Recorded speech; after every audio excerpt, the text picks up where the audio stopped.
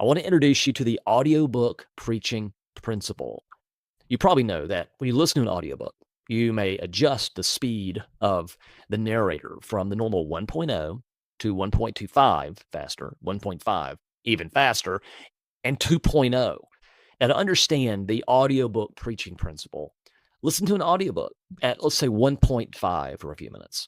Then turn it to 1.25. Finally, place the setting on regular, 1.0. Obviously, listening at normal speed is easier. It's easier to listen to for a long time. It's also easier to absorb the content. It's actually mentally taxing. It's mentally draining to keep up with a higher speed setting. Your brain is simply having to work overtime to listen, to process, and absorb the message, the content, the words. This is why people can follow a conversational speed for longer and digest conversational speed more easily. Now, this does not mean that there are no times when it is appropriate to get more intense and rapid with your speech, to raise your voice or to lower it, especially if you're planning a pause. And we'll talk more about the power of the pause in another lesson. But for now, it may help to recognize that we speak more quickly when we're nervous or disorganized. Not always. Some of us just speak more quickly.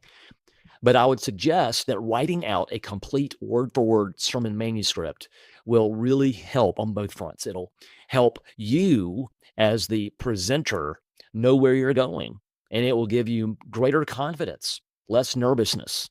It also will help you with organization. You'll know where you're going. The map is very, very clear.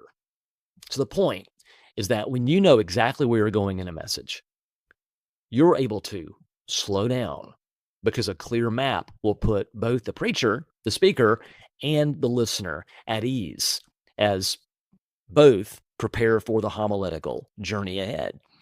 But remember, the reason why we want to slow down to communicate more effectively is not primarily to improve our oratorical ability. Yes, it will help that.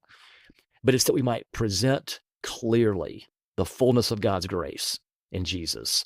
We want that to be heard. We want that to be understood, received, and absorbed. So if you tend to speak faster than the normal audiobook setting, try slowing down a bit. See what happens, and let me know what you think.